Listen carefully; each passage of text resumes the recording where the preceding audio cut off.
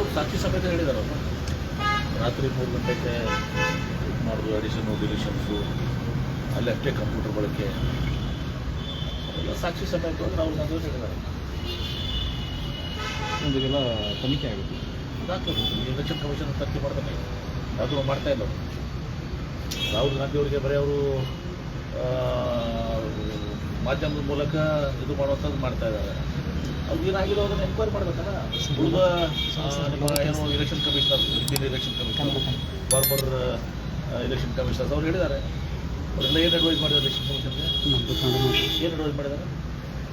ಅದು ಅವರು ಏನು ಮಾಡಿದಾರಲ್ಲ ಅದನ್ನು ತನಿಖೆ ಮಾಡಿ ಅದಕ್ಕೆ ಏನು ಮಾಡಬೇಕು. ಅದನ್ನು ಬಿಟ್ಕೊಂಡು ನೀವು ನಮಗೆ ಅಫಿಡವಿಟ್ ಹಾಕಿ member of parliament, opposition leader of the country, shadow prime minister ಮುಖ್ಯದಾಗ ನೀವು ಅಫಿಡವಿಟ್ ಹಾಕಿದ್ರೆ ಓದ್ ತಗೊಂಡೇ ಅವರು ಮೆಂಬರ್ಸ್ ಇದ್ದಾರಲ್ಲ ಎಂ ಪಿ ಆಗಿರ್ತಾರೆ, ಓದ್ ತಗೊಂಡೇ ಅವರು ಲೋಕಸಭಾ ಅಪೋಸಿಷನ್ ಲೀಡರ್ ಆಗಿರ್ತಾರೆ.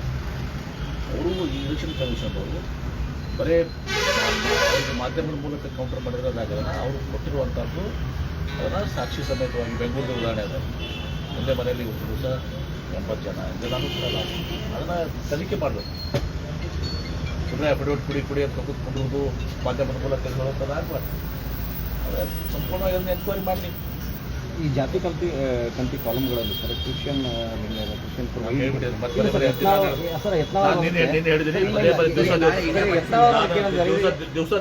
ಸೋನಿಯಾ ಗಾಂಧಿ ಅವರ ಕೈವಾಡ ಇದೆ ಕ್ರಿಶ್ಚಿಯನೀಕರಣ ಮಾಡೋದಕ್ಕಾಗಿ ಮಾಡಿಸಿದ್ದಾರೆ. ನಿನ್ನೆ ಹೇಳಿ ವಿಶ್ವದಲ್ಲಿ ಎಲ್ಲಿ ಇಲ್ಲ ಆ ರೀತಿ ಕ್ರಿಶ್ಚಿಯನ್ ಇಲ್ಲಿ ಹೆಂಗೆ ಬಂತು?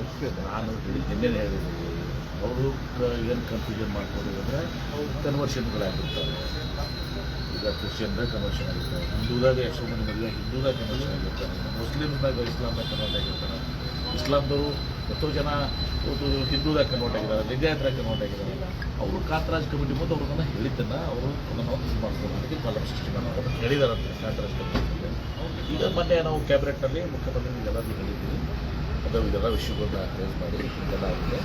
ಅವ್ರಿಗೇನಾದರೂ ಕನ್ವರ್ಟ್ ಆಗಿದ್ದರೆ ಅದು ಹಿಂದೂದಾಗ ಲಿಂಗಾಯತರ ಕನ್ವರ್ಟ್ ಆಗಲಿ ಕ್ರಿಶ್ಚಿಯನ್ದಾಗ ಕನ್ವರ್ಟ್ ಅವರು ಎಲ್ಲ ಹೇಳುತ್ತಾರೆ, ಅವ್ರು ಹೇಳ್ತಾರೆ ಕಮ್ಯುನಿಟಿ ಕ್ರಿಶ್ಚಿಯನ್ ಇದ್ರು ಅಂತೇಳಿ. ಅವಾಗ ಅದ್ರಾಗ ತೊಗೊಂಡ್ರಿ ನೀವು ಬಿಟ್ಕೊಂಡು ಅದಕ್ಕೆ ಒಂದು ಸೃಷ್ಟಿ ಮಾಡಿದ್ದು ಸರಿಯಲ್ಲ ಅಂತ ನಾವು ಹೇಳಿದ್ವಿ. ಸರ್ ಹಾಗಿದ್ರೆ ಎಷ್ಟೋ ಮುಸ್ಲಿಮ್ಸು ಕ್ರಿಶ್ಚಿಯನ್ ಕನ್ವರ್ಟ್ ಆಗಿದೆ, ಮುಸ್ಲಿಂ ಕ್ರಿಶ್ಚಿಯನ್ ಯಾಕಿಲ್ಲ ಅಂತ ಕೇಳ್ತಾರೆ ಸರ್. ಅದೇ ಹೇಳ್ತೀನಲ್ಲ, ಅದನ್ನೇ ಹೇಳಿದ್ವಿ ನಾವು ಎಲ್ಲರೂ ಕೂಡ. ನೀವು ಅದಕ್ಕೆ ಅಂಥವ್ರಿಗೆ ಏನು ಇರ್ತದೆ ಅದನ್ನು ಕನ್ವರ್ಟ್ ಮಾಡ್ಕೊಳ್ಳಿ ಅಂತ ಹೇಳಿದ್ವಿ.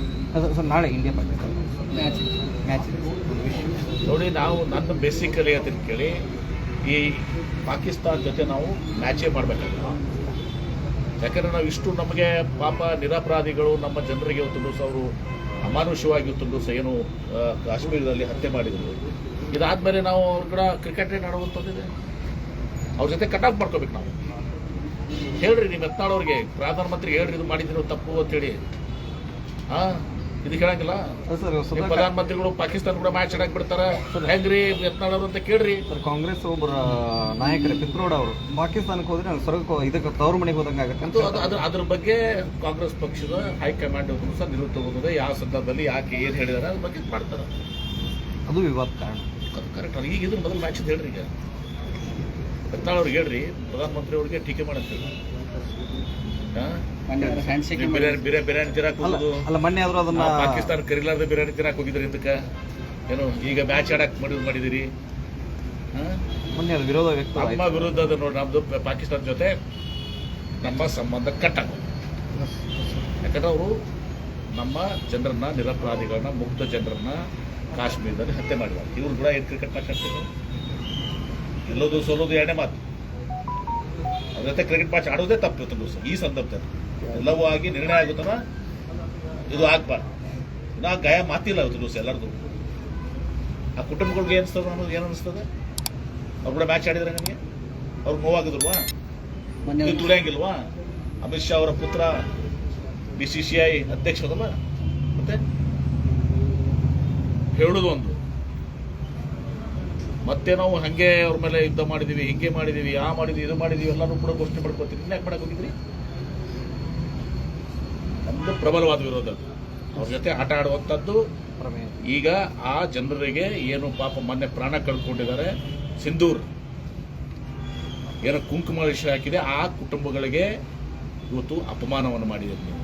ಅವ್ರಿಗೆ ಮತ್ತಷ್ಟು ನೋವನ್ನು ಸೃಷ್ಟಿ ಮಾಡಿದ್ದೀರಿ ಅಂತ ಮಾತಾಡ್ತಾರೆ.